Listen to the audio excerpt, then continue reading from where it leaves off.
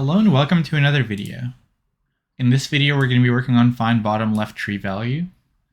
And in this problem you're given the root of a binary tree and you want to return the leftmost value in the last row of the tree. So the last row for this example is this, so the leftmost value is 1.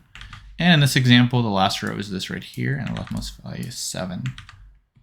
So for most tree problems I just kind of just get a random tree. And let's say we even have this kind of tree, right, with some values. And this is the value we'd want to return right over here. So for all these tree value problems, basically always you're going to want to use recursion. So I would say default to recursion for almost every tree problem. It's way easier. Unless you kind of have to do some kind of like level traversal or something like that, which you could do in this case. So you could totally do like a level traversal, but the problem with that is it will actually take up... Actually, I don't think there is a problem. Yeah, so there wouldn't be a problem because if you do a level traversal, it would still be like O(n) space technically if the bottom level is full. That's one way to do it. You could do like a level traversal. So you could just say like, okay, let me go level by level. So like I'll take this node and then I'll take these 2 nodes and then I'll take these 3 nodes and then I'll take this. And then every time I'm at a level, I just check the leftmost node in that level and I set my result to that. And then whenever I don't have like a next level, I return that. But I still think recursion's easier. So basically our goal is to be able to get here and know that we're here. And instead of trying to get here, like the easiest way to do that, if you want to get the leftmost or rightmost or whatever node, the easiest way to do that is you just recurse left first.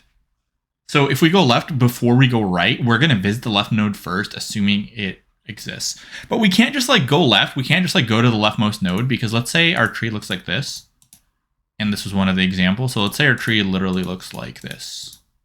Something like this. Now we actually want to return this node here, right? Because this is the bottom level. So in order to avoid doing the BFS with levels, if you just like go left, you'll be here, but you want to be here. So not only do we want to go left as much as we want, like we want to go left as much as we want, but we also want to make sure that we're at the bottom level. And this is very easy with recursion, and it's a really common pattern. So the easiest way to do that is you pass down a node and a level. Right? So there's a couple of things when you recurse that you want to know. A, let's write down these things, right? For most recursion. A, what are my params? Like what am I passing down? B, what do I return? And C, recursion order, and like what do I do in the function, right? Recursion order. Function, like what do I do? So as far as what are my params, usually it's just like the standard, just the node. But because we want to know what level we're on and we want to know like when we're on this bottom level, we can pass down 2 things here. So here we will pass down a node and a level. So my writing's pretty bad, so let's write like this. Now what do I return? So you could return things, but I find in most of these recursive functions it's one of the easiest things to do is literally just have a variable outside of your function. So we can just have like a variable, we'll call this result. And you could have 2 variables. So we're going to have a result that's going to be an array of 2 different things. One will be the level, like the max level we got to, and then one will be like the actual value of the result. That way, when we get to a new level, we can just check like, okay, let's say we're at like, this is level 4 or something. We can say like, okay, what's our previous level? If this is bigger, then this is like the new value, right? And assuming we go left before we go right, we're always going to hit the leftmost value first. So as far as what do I return, now because we have this thing, we don't need to return anything. So nothing. This is a lot easier. Now, as far as recursion, like I said, we want to go left before we go right.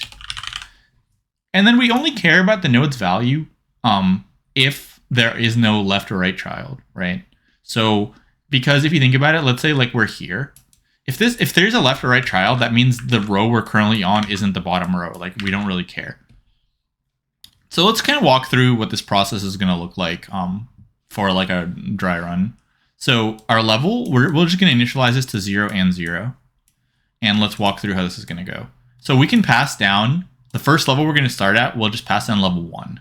So let's say these have some values. We'll just call this like A, B, C, D, E, F, G. Maybe I should have used integers, but whatever. So we're at level 1 here, right? This is level 1. And we check do we have left child? Yes, we do. So if we do have left child, we just go left. Then here we check again. Do we have left child? Yes, we do. Right over here. So because we have left child, there we go. Now we don't have any children here. So because we don't have any children, now this is like the bottom level of where we are, and we check like where we're at, right? And whenever we recurse, we're going to pass down one more level, right? This is level 2, level 3. Now we check, is our current level bigger than our biggest level we've gotten to? Yes, it is. So we'll update our level. Now the biggest is level 3. And the value here is D. Like I said, could use a ninja, but whatever. Then we recurse back up, and then we go to the right side. And here, by the way, before going to the right side, or actually no, we recurse left, then we recurse right, then we do stuff with the node. So here we can recurse left, here we recurse left, and these levels are 2, 3, 4.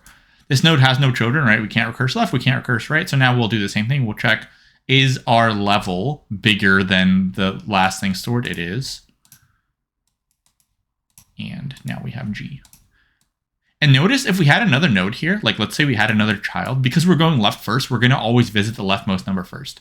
So no matter how you draw this tree, like let's say we had something like this, literally even like this, we're going to visit this first guaranteed because we're going left before we're going right? So we go left, come back, and then visit this path. So no matter how the tree is structured, you're always visiting the leftmost node on the bottom row first. So this is going to be G. Now we recurse back, and then we don't need to do anything here because this is a child. So the only times we check for a node if we need to update the result is if it didn't have any children. And then for this node, we're going to go right. So this is level 3. So this doesn't have any children. So we check, is this level bigger than our result? No, it's not. So we don't need to do anything. We don't need to return anything. Go back here. This has children, nothing. This has children, nothing. And then we're done. So our answer is G, and that's what we return. So very easy. A lot of times doing recursive solutions, it's kind of tricky to figure out like what exactly do I return to make this work. So avoid all that. Just make a variable outside of that function and update it directly. Going to be a lot easier. Sometimes you want to return, but in this case, we don't really like our answers don't depend on other things, right? Like our answer here doesn't depend on something here. We literally, if we have a low enough level, we just want the value right away. We don't need to whenever you don't need to do a calculation in a node that relies on its children, just don't even return them. Just literally use an outside variable, a lot easier. And yeah, that's going to be all for that. So we can just code it now. So as always for recursion, we're going to make a traverse function. We'll just do that result array. Like I said, that's going to be the level and the value. Make a traverse function. And the function will take a node. It always takes a node for recursion, and then we also are going to add a level. So if there's a null node, we don't need to do anything. So if not node, return, doesn't matter.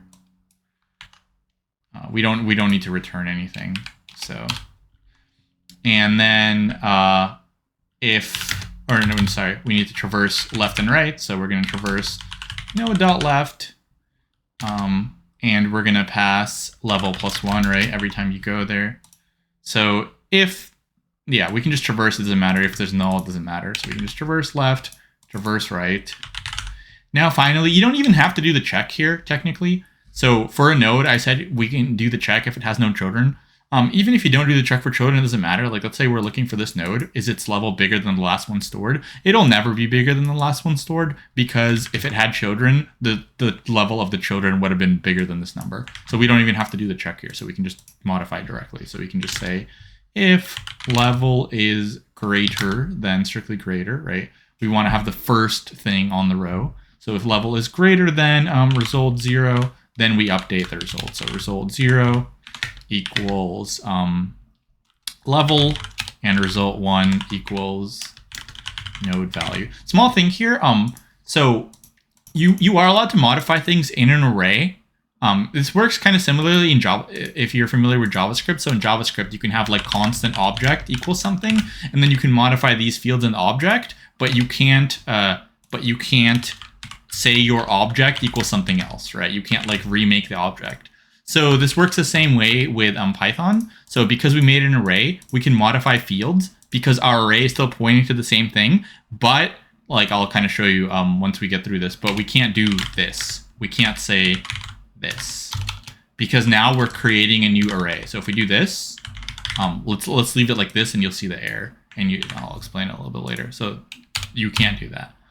So now we just do we just return we're done, right? So now all we have to do is, for some reason it's not, okay.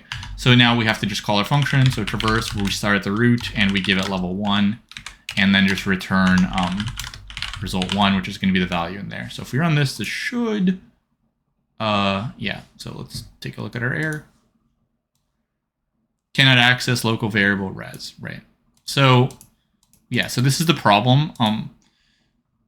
You can do this if you don't do this. So let's, or you should be able to anyway. So let's see.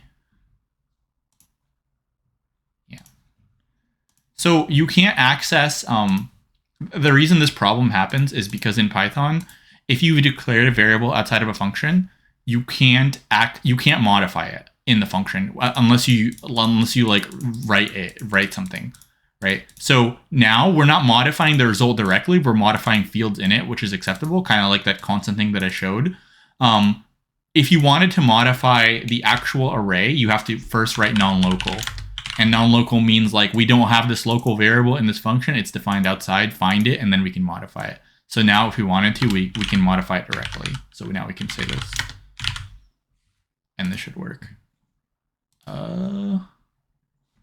See what error we got, actually. I might have to define it somewhere else, but let's see. Curious. Res is used prior. Oh, right. We have to, yeah, so we have to define it before we use it.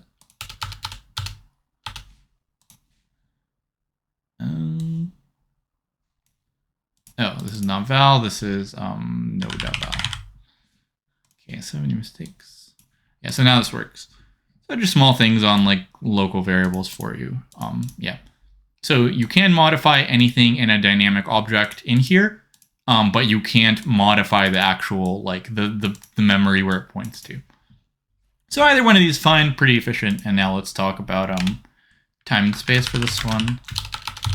So for basically every traversal, it's going to be worst case O(n) because your tree can be completely unbalanced, right? So you can have just like this, and then you would go down your entire like that, right? So so actually I always screw this up. So actually time is O(n) no matter what, because we have to visit every node. You can probably make some optimizations, maybe. Actually, no, I don't think you can, because you can't say like if I've been at like let's say I'm here, you can't just be like, well, if this had if I was at this like left thing first, then I don't need to go here, because for all you know, this could look like this, right? So I don't think you can do an early break, like because you don't know how many levels deep this goes down. So regardless, it's going to be O(n) because you have to visit every node. So this is the thing I was talking about was more the space. So the space for a recursive function is how many like recursive stack frames you have. And if your tree is balanced, it's log n. But if it looks like this, then you will basically have to keep adding more and more functions to the stack. So that'll be O(n). So you could either say it's O(n) or O of the height of the tree. And if you were to do a BFS instead, level by level, it's also worst case O(n), because if you actually look at a tree, like a perfectly balanced tree, there's 8 nodes on the bottom. So you'd have to put 8 nodes into your BFS, and 8 is a little over half of this is 15.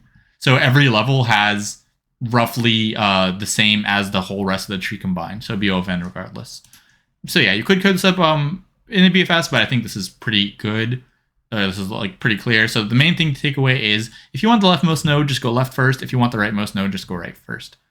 And yeah, and to handle this case, you also need a level. You can't just go like the leftmost node, because you need the leftmost node that's at the very bottom. And no matter how you draw this tree, if you go left and then right, you will always get to the leftmost node on a level first.